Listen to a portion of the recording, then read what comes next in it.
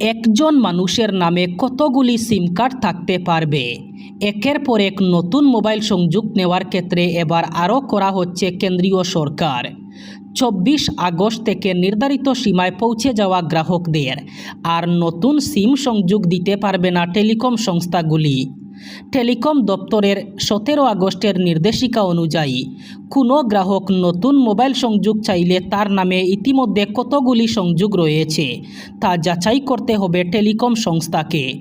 অর্থাৎ নতুন সিম নেওয়ার সময় শুধু সংশ্লিষ্ট সংস্থার কাছে থাকা তথ্য নয়, অন্য অপারেটর অথবা অন্য টেলিকম সার্কেলে একই ব্যক্তির নামে থাকা সংযোগও বিবেচনায় আসবে। ডটের নিয়ম অনুযায়ী সাধারণভাবে একজন ব্যক্তি নিজের নামে সর্বোচ্চ 9টি মোবাইল সংযোগ রাখতে পারবেন, তবে জম্মু কাশ্মীর, অসম এবং উত্তর পূর্ব ভারতের রাজ্যগুলির ক্ষেত্রে এই সীমা মাত্র 6টি। এই সীমা নতুন কোনো নিয়ম নয়, এক দশকেরও বেশি সময় আগে থেকেই এই বিধি রয়েছে। পরিবর্তন হচ্ছে মূলত নিয়ম কার্যকর করার পদ্ধতিতে। এবার নতুন সিম দেওয়ার আগে টেলিকম সংস্থাগুলিকে গ্রাহকের নামে থাকা সংযোগের সংখ্যা যাচাই করতে হবে। আবার উত্তপ্ত অসম মেঘালয়। আবারও অসমের গাড়িগুলিতে শিলাপাথর নিক্ষেপ। উপদ্রব কমছে না মেঘালয়ের একাংশ খাসি দুর্বৃত্তের। খাসি দুর্বৃত্তরা আবারও আক্রমণ করেছে অসমে আসা ট্রাকগুলিতে। শিলাপাথর নিক্ষেপ করা হয়েছে অসম অভিমুখে আসা ট্রাকে। এদিকে মেঘালয়ের পূর্ব খাসি হিলসে বিএনএসএস-এর 163 ধারা জারি করা হয়েছে। কেএসইউ এর প্রতিবাদের আগেই জারি করা হয় 163 ধারা। এদিকে শিলং গৌহাটির মাঝে বাণিজ্যিক ট্যাক্সি পরিষেবা বন্ধ করেছে মেঘালয়। গতকাল থেকে শিলং গৌহাটির মধ্যে বাণিজ্যিক ট্যাক্সি পরিষেবা বন্ধ ঘোষণা করেছে মেঘালয়ের ট্যাক্সি চালক সংস্থা। এদিকে অসম থেকেও মেঘালয়ে ট্যাক্সি পরিষেবা বন্ধ করার হুঙ্কার দিয়েছে অসম চালক সংস্থা। এদিকে মেঘালয়ের বিরুদ্ধে অসম চালক সংস্থার অর্থনৈতিক অবরোধ। জোড়াবাটে আবদ্ধ করে রাখা হয়েছে শ ট্রাক। সেই সাথে মেঘালয়ে বন্ধ করা হয়েছে ইন্ধন সরবরাহ। অসম থেকে কোনো রকম ইন্ধন সরবরাহ করা হবে না মেঘালয়ে।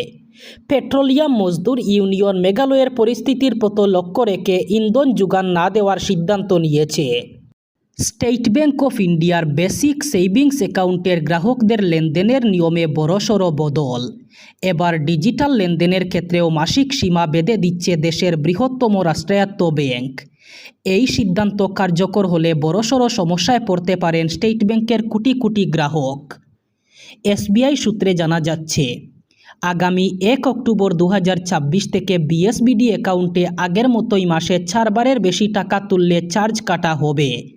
তবে যেটা সবচেয়ে বড় বদল সেটা হলো 4 বারের সীমার অধীনে চলে আসছে ডিজিটাল লেনদেনও।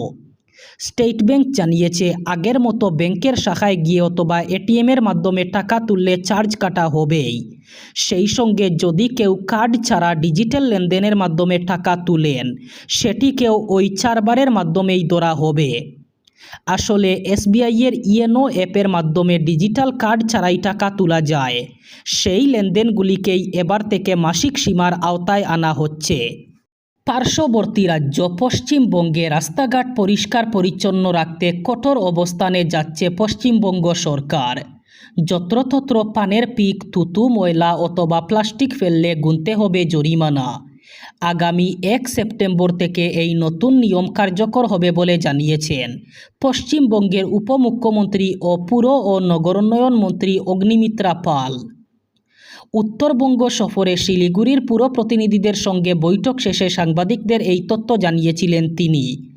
অগ্নিমিত্রা পাল বলেন, যেখানে সেখানে ময়লা অথবা পানের পিক ফেলা যাবে না। রাস্তা নোংরা করলে জরিমানা করা হবে। প্লাস্টিক বর্জ্য যত্রতত্র ফেলাতেও নিষেধাজ্ঞা থাকবে।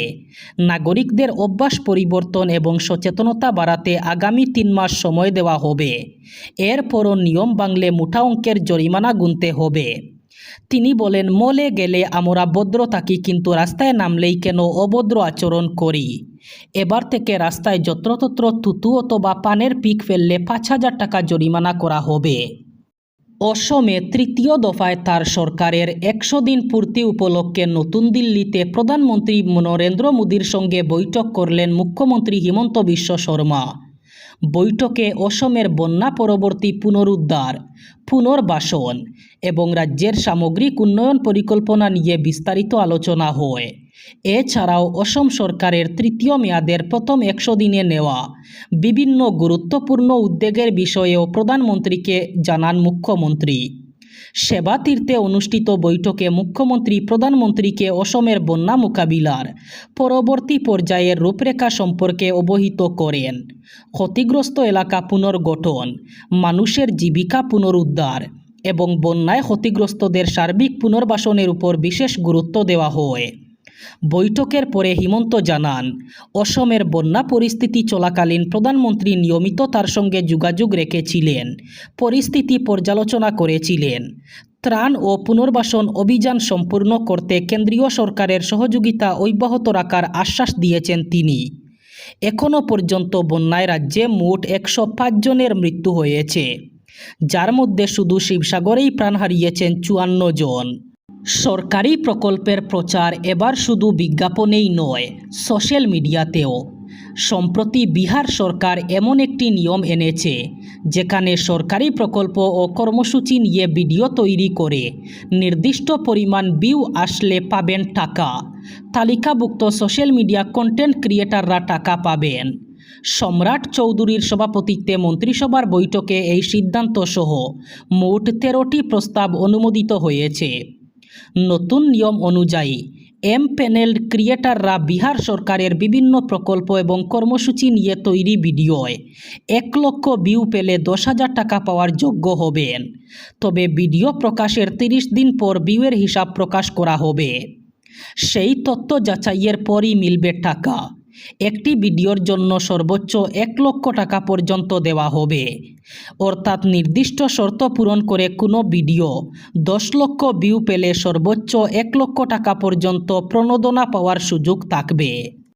দেশের বাজারে চিনির সংকট মেটাতে কার্যত নজিরবিহীন পদক্ষেপের পথে সরকার। প্রায় 10 বছর পরে চিনি আমদানি করতে পারে ভারত। চমকপ্রদ বিষয় হলো, চিনি উৎপাদনে এতদিন যে ভারত শুধু স্বাবলম্বী ছিল তাই নয়, প্রতি বছর বড় অঙ্কের চিনি রপ্তানিও করত। কিন্তু এই বছর ইথানল উৎপাদনের জোরালো ধাক্কায় এতটাই অভূতপূর্ব সংকটের পরিস্থিতি তৈরি হয়েছে যে বিদেশ থেকে প্রচুর চিনি আমদানির কথা ভাবতে হচ্ছে। সংবাদ সংস্থা সূত্রে খবর, মোদী সরকার প্রাথমিকভাবে 10 লক্ষ টন চিনির আমদানির পরিকল্পনা করছে। যদিও সেই আমদানি হবে নিঃশুল্ক। সরকারের প্রাথমিক লক্ষ্যমাত্রা যেভাবেই হোক দেশের বাজারে চিনির দাম কমানো। আসলে গোটা বিশ্বে চিনির চাহিদা সবচেয়ে বেশি ভারতেই। তাছাড়া সামনে উৎসবের মরশুম, দুর্গাপূজা, দিওয়ালির মতো অনুষ্ঠানে চিনির চাহিদা আরও বেড়ে যাবে। এখন থেকে দাম নিয়ন্ত্রণ করতে না পারলে আগামী দিনে চিনিতে হাত দেওয়া মুশকিল হয়ে দাঁড়াবে। চিনির দাম বাড়লে বহু খাদ্য সামগ্রীর দামও বেড়ে যেতে পারে। সমস্যায় পড়তে পারেন মিষ্টি ব্যবসায়ীরা। ফলে সার্বিকভাবে দেশের বাজারে বড়সড় ধাক্কার আশঙ্কা তৈরি হয়েছে।